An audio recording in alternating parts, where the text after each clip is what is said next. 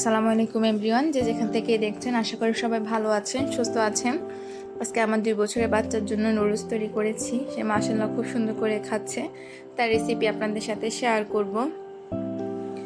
প্রথমে আমি এখানে নুডলস নিয়ে নিলাম। নুডলসটাকে আমি বাসায় তৈরি করেছি, গাজরের নুডলস।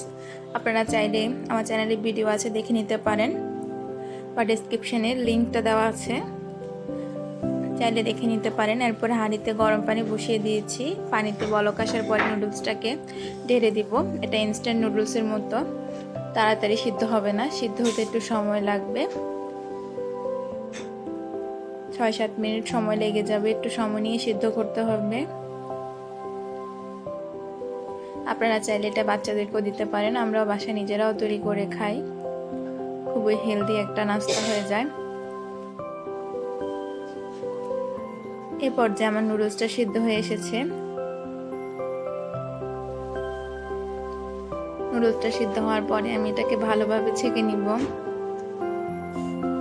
এরপরে ফ্রাই প্যানের মধ্যে সামান্য পরিমাণ তেল অ্যাড করে দিব, বেশি তেল দিব না, যেহেতু আমি বাচ্চার জন্য তৈরি করব।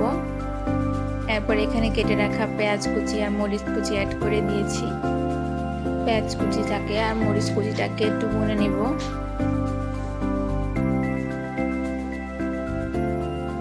হালকা ব্রাউনি হয়ে আসলে আমি এর মধ্যে কেটে রাখা একটা আলু অ্যাড করে দিব।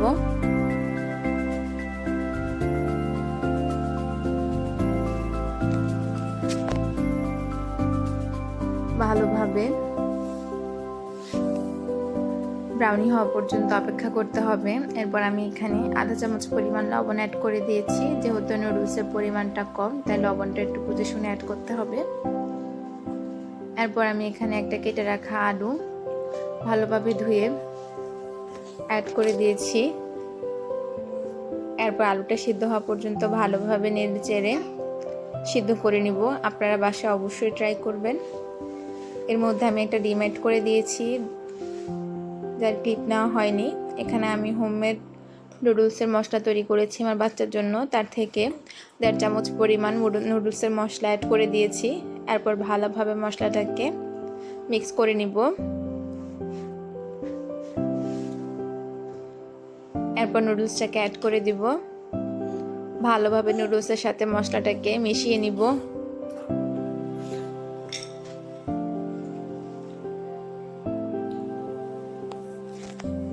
মিনিট 2 পর্যন্ত আমরা ভালোভাবে মিক্স করে নিব। আপনারা বাসায় অবশ্যই ট্রাই করবেন, বাচ্চা এবং বড়। তৈরি হয়ে গেল আমাদের গাজরের নুডলস। আপনারা অবশ্যই বাসায় ট্রাই করবেন। নুডলসটাও নিজেরা তৈরি করবেন, এতে স্বাস্থ্যকর হবে।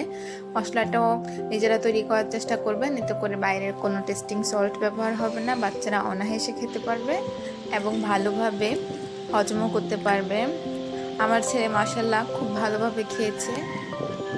আপনারাও চাইলে এরকম তৈরি করে নেবেন, সেম প্রসেসে। হেলদি একটা নাস্তা হয়ে যাবে। আজকে এই পর্যন্তই। সবাই ভালো থাকবেন, সুস্থ থাকবেন। আল্লাহ হাফেজ।